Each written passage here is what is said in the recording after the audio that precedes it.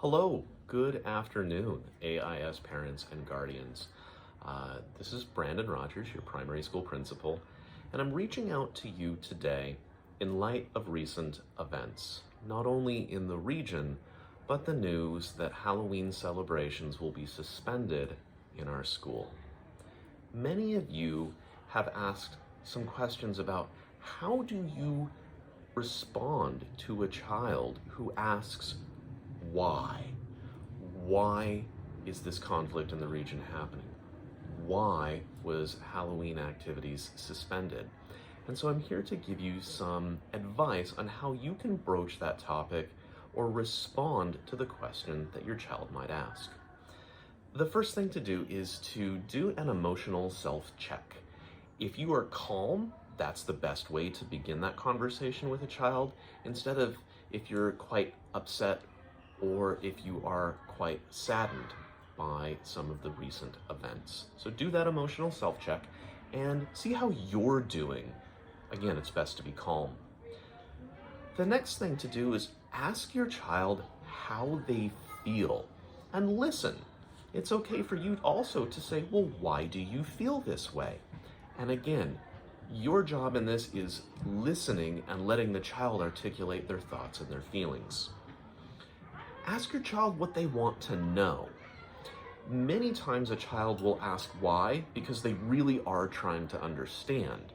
So an answer can be one at your discretion. I don't want to put answers in your mouth. That's your decision as a parent to respond how you want. But please understand that when a child asks why, they really want to know. Please reassure a student that they are going to be okay, and so are you. Your children look towards you for emotional guidance and really need your help and support for navigating their world, and you're their barometer. So reassure them they will be okay, you will be okay, their friends will be okay. Understand that some children will ask the same question over and over again. That is not them trying to be annoying, it is them trying to understand their world around them as they process. So it's entirely normal for a child to ask why more than once. Look for a change in your child's eating, sleeping, or behavior patterns. If they don't come to you, this would be a good time to go to them and let your child know you've noticed a change and you want to make sure that everything's okay. Limit social media exposure. This can be very hard in our very connected society. Many of our students have phones and iPads. So if taking a device is too extreme of a measure for you, might I suggest you change the Wi-Fi password and see how your child responds to that. It might even change the topic if you change the Wi-Fi password. Again, just in all seriousness, try to limit social media exposure where we as parents don't always have control of the content. Lastly, at schools, we say that things, situations, and circumstances are teachable moments. And a teachable moment is one where we can impart the lesson, the curricular lesson in a school, or the parenting lesson as a parent that we want them to take away from what is happening in the world around us.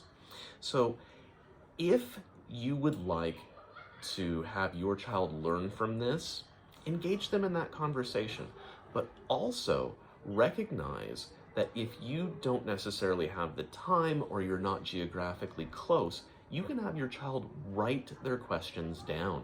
They can write down what they're feeling, they can write down the questions they have, and then you can respond to that as a way to bridge the gap that might exist in your time or your space because of the geographies that you're in. So as we continue to navigate the circumstances that the world presents to us, I hope these tips help you to talk to your children when they say, Mom, Dad, why did this happen, or why is this happening? Thanks so much for tuning in. All the best. Take care.